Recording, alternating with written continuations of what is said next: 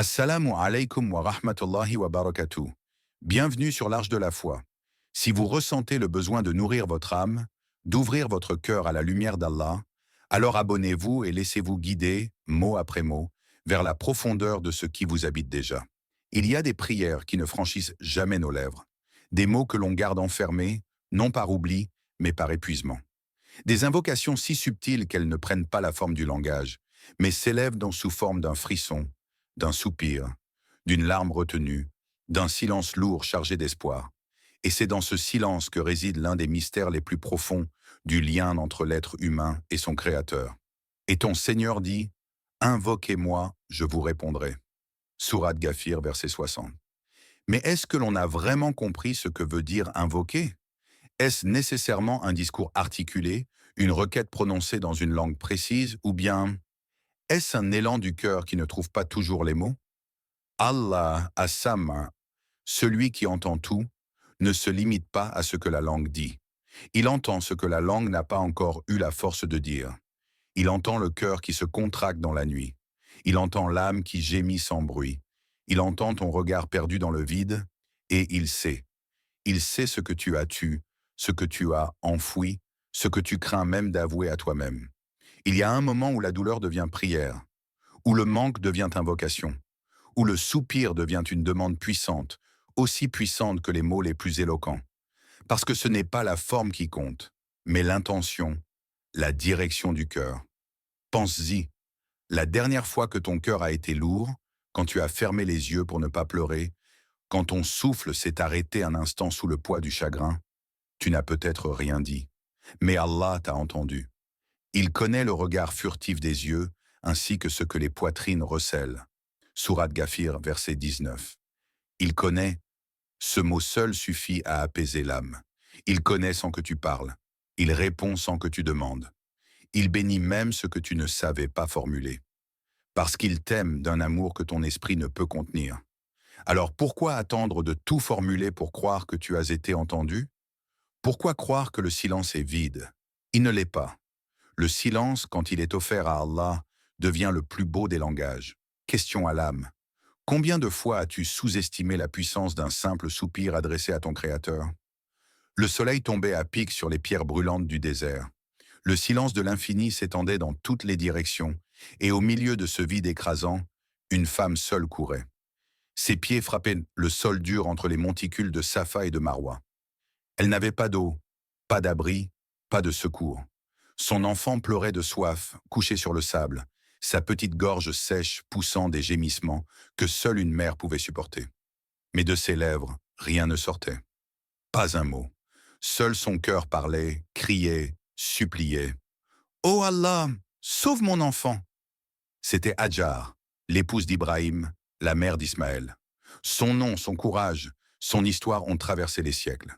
Mais ce que l'on oublie souvent, ce n'est pas ce qu'elle a dit, c'est ce qu'elle n'a pas dit, ce qu'elle a ressenti si profondément que le ciel tout entier s'est incliné.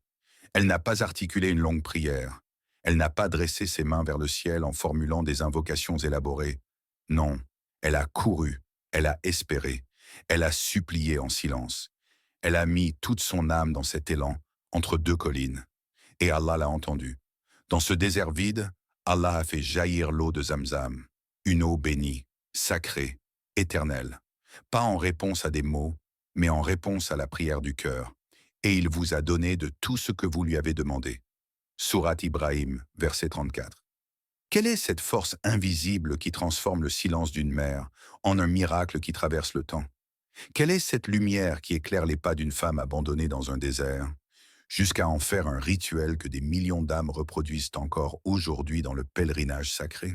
C'est la preuve que le cœur, quand il est sincère, quand il est pur, quand il se tourne vers Allah avec foi et certitude, peut ouvrir des sources même là où il n'y a que du sable.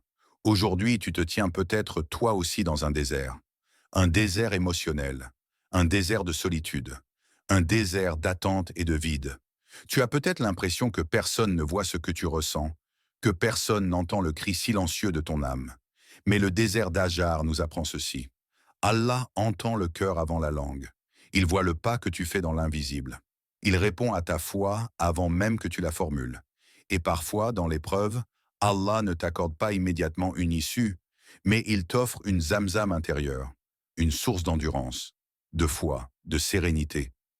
Et si tu continuais, toi aussi, à courir entre tes Safa et Marwa, même quand personne ne comprend, même quand tu n'as plus de mots, même quand il ne reste que le silence et la chaleur accablante de l'attente. Réflexion. Et si tu croyais, toi aussi, que ton cœur peut ouvrir des sources là où il n'y a que du sable? Avant même qu'un mot ne sorte de ta bouche, avant que tes mains ne se lèvent, avant que ton front ne touche le sol, il y a ton intention, invisible, silencieuse, mais si puissante que le trône d'Allah peut s'en émouvoir. Le prophète Mohammed, paix et bénédiction sur lui, a dit « Les actions ne valent que par leurs intentions, et chacun aura selon son intention. » Bukhari et Muslim. Ce hadith est un pilier. Il ne parle pas seulement de jurisprudence ou de pratique. Il parle de l'âme. Il parle de toi, de ce que tu caches au plus profond de ton cœur. Et il te rappelle que ton Seigneur ne regarde pas l'apparence, mais ce que tu portes dans la poitrine. Il y a des jours où tu veux faire le bien, mais tu n'as rien. Tu passes à côté d'un mendiant, les poches vides, et ton cœur saigne. Oh Allah, si seulement j'avais, je lui aurais donné. À ce moment précis, une lumière est inscrite dans ton registre, car Allah a vu l'intention. Tu veux prier la nuit, mais le sommeil t'écrase. Tu veux jeûner, mais la maladie t'en empêche. Tu veux pardonner, mais la douleur reste vive. Et pourtant, ton cœur murmure à Allah, « Je le ferai pour toi. Aide-moi. » Ne doute jamais que ces intentions, sincères et pures, sont des invocations en elles-mêmes. Elles montent vers le ciel comme un parfum doux et discret. Et parfois, Allah répond à ton intention comme s'il répondait à une prière. Le prophète, paix sur lui, a dit qu'il y a des gens qui reçoivent la récompense d'une action sans l'avoir faite, uniquement à cause de leur sincérité. Et d'autres, malheureusement, dont les actes visibles ne valent rien, parce que leur intention n'était pas pour Allah. Alors chaque jour demande-toi, pourquoi fais-tu ce que tu fais? Est-ce pour être vu, aimé, admiré, ou est-ce parce que ton cœur veut sincèrement plaire à ton Seigneur, même si personne ne te voit, même si personne ne te remercie? L'intention est un miroir de l'âme. Elle est ton langage silencieux avec le Créateur. C'est elle qui fait d'un geste simple un acte immense. Un sourire, une porte ouverte, une larme discrète, une pensée bienveillante. Tout cela peut devenir une invocation silencieuse, si ton cœur est tourné vers Allah. Et parfois, c'est même dans l'impossible que se cache la plus belle niya. Tu veux changer le monde, soulager une douleur, éclairer un cœur, mais tu n'as aucun moyen. Alors ton cœur supplie, « Oh Allah, utilise-moi pour ton bien. » Et ce simple désir sincère, humble, silencieux, peut suffire à ouvrir les portes de la bénédiction. Question à l'intérieur de toi.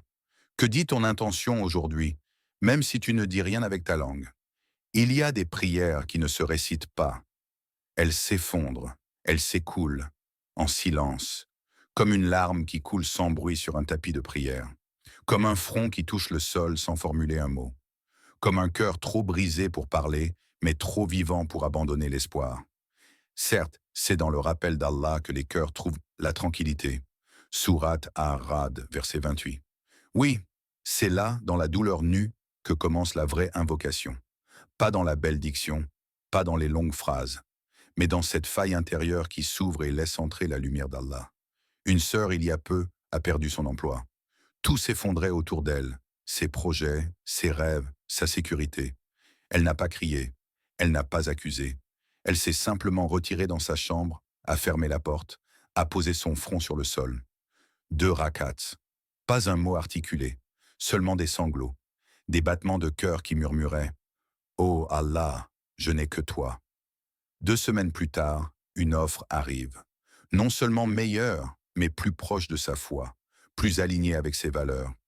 Et elle comprend que c'est ce moment-là, ce moment de sujoud douloureux mais sincère, qui a été entendu. Il n'y a pas plus vulnérable qu'un cœur qui saigne en silence. Et pourtant, c'est à cet instant que tu es le plus proche d'Allah, car les masques tombent, les illusions se brisent, et il ne reste que toi et lui. Parfois, c'est ce cœur brisé qui produit les duas les plus puissantes. Pas parce qu'elles sont bien formulées, mais parce qu'elles sont vraies. Il se peut que personne ne voie tes douleurs, que personne ne comprenne ton combat. Mais Allah, lui, voit ce que tu caches. Il entend ce que tu n'oses même pas penser clairement. Il connaît le tremblement dans ta poitrine, les soupirs étouffés, les insomnies silencieuses. Et parfois, ce que tu appelles un effondrement est en réalité une prosternation profonde de ton âme. Peut-être qu'Allah casse ce que tu construis pour mieux reconstruire ce que tu es. Peut-être qu'il prend quelque chose de ta vie pour mieux t'offrir sa proximité. Peut-être qu'il veut simplement t'entendre pleurer pour enfin te répondre. Question. As-tu déjà laissé ton cœur prier en silence pendant que tes lèvres restaient muettes? Et si c'était là, dans ce silence, que résidait la réponse depuis le début? Il y a un monde que tes yeux ne peuvent voir. Un monde fait de lumière, de silence et d'écriture divine. Là-haut, des plumes effleurent des parchemins célestes.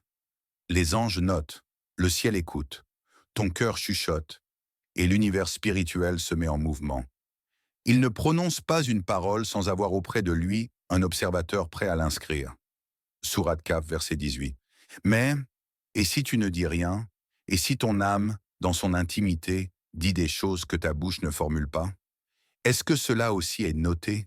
Est-ce que les anges, par ordre divin, écrivent les soupirs, les intentions, les vibrations secrètes du cœur? Oui, car Allah est plus proche de toi que ta propre veine jugulaire. Sourate Kahf, verset 16. Et ce que ton cœur murmure dans le calme est plus fort que ce que ta langue crie dans le tumulte. Imagine, tu marches dans une rue, perdu dans tes pensées. Personne ne t'entend. Et pourtant tu penses, « Oh Allah, je te fais confiance, même si je ne comprends rien aujourd'hui. » À cet instant, une plume s'élève. Une ligne s'ajoute dans le livre de ta vie. Et cette ligne peut être celle qui change ton destin. Il y a des prières sans mots, mais pleines de lumière.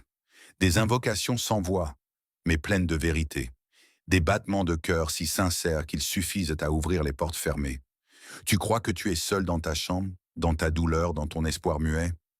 Mais tu es observé par celui qui sait même ce que ton âme ne sait pas encore. Et il t'écoute.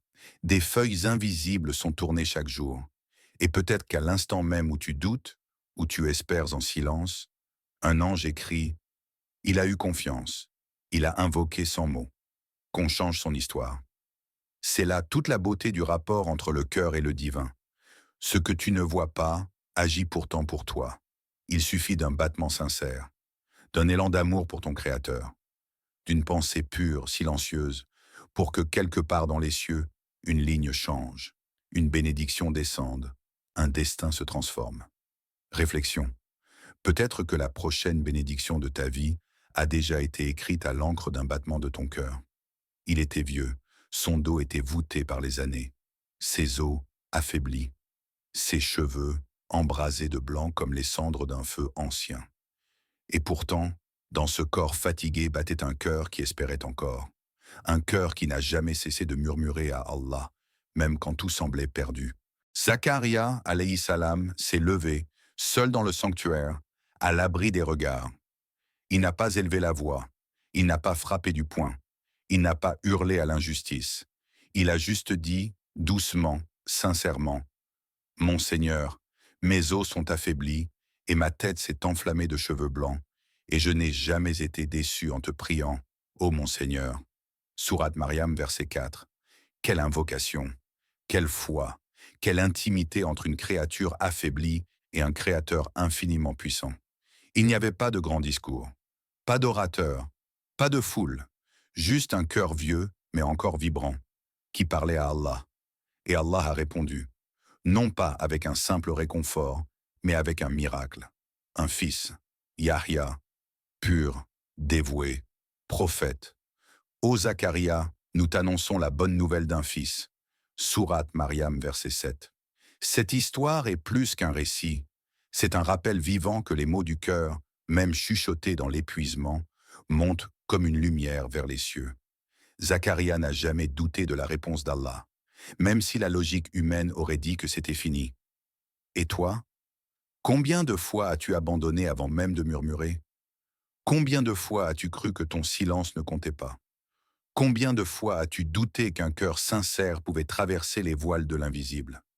La leçon est puissante.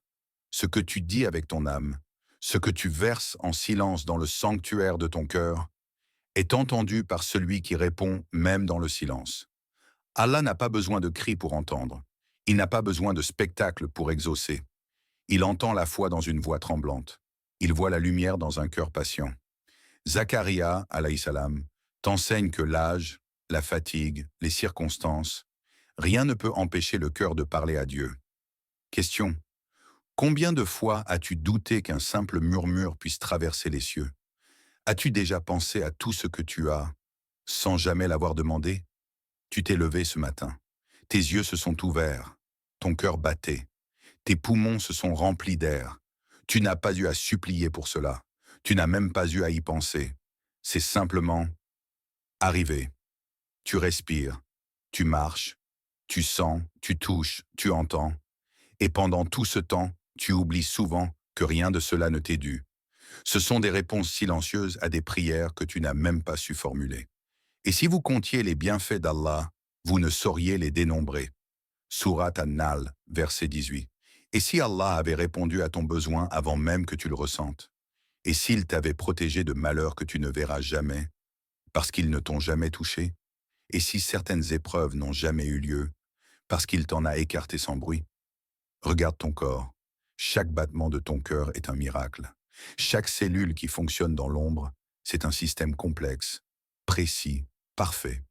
Mais tu n'as jamais demandé à ton foie de filtrer.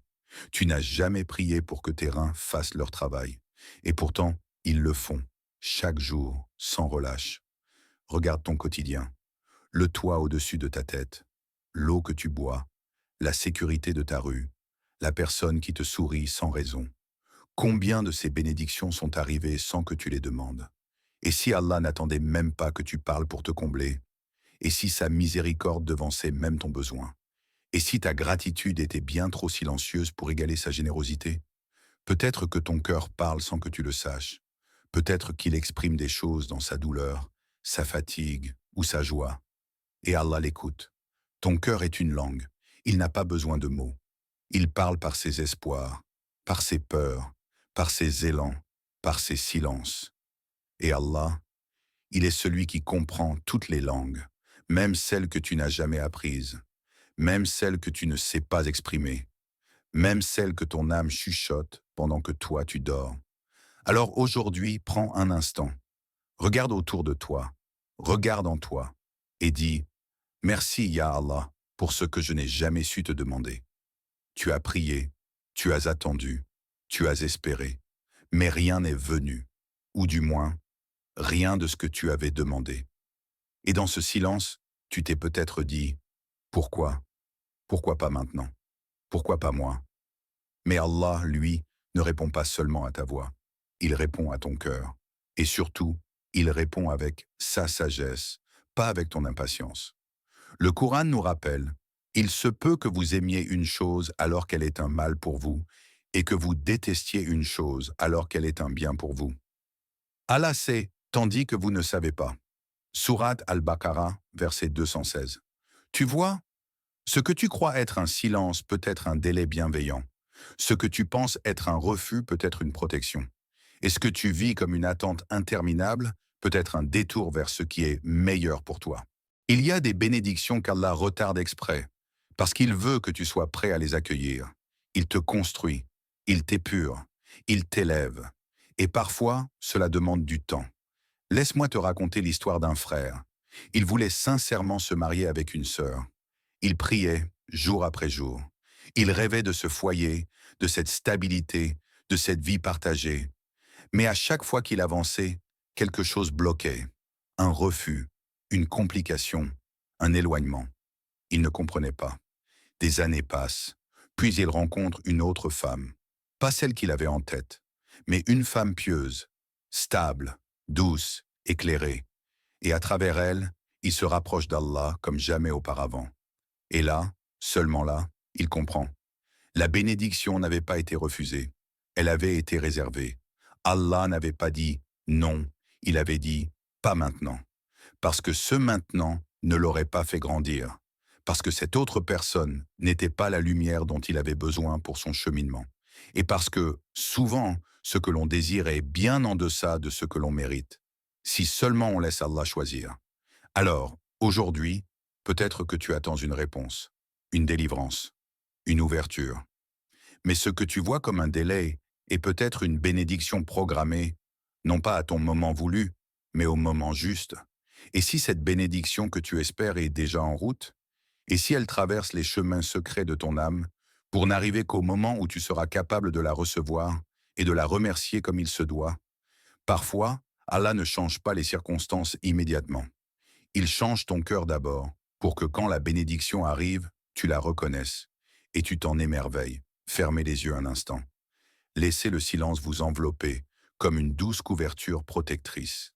Respirez profondément, lentement. Ressentez l'air qui entre et sort, la vie qui circule dans vos veines, la présence d'Allah dans chaque souffle. Et maintenant, sans un mot, sans prononcer une seule syllabe, adressez-lui une prière. Pas avec votre langue, mais avec votre cœur. Un murmure invisible, une vibration intime, une langue que seul vous et votre Créateur comprenez. Répétez doucement, intérieurement. Ya Allah, entends ce que je n'arrive pas à dire. Dans ce moment suspendu, la barrière entre vous et Allah s'efface. Votre cœur devient une porte ouverte. Votre âme devient une flamme vibrante qui cherche la lumière.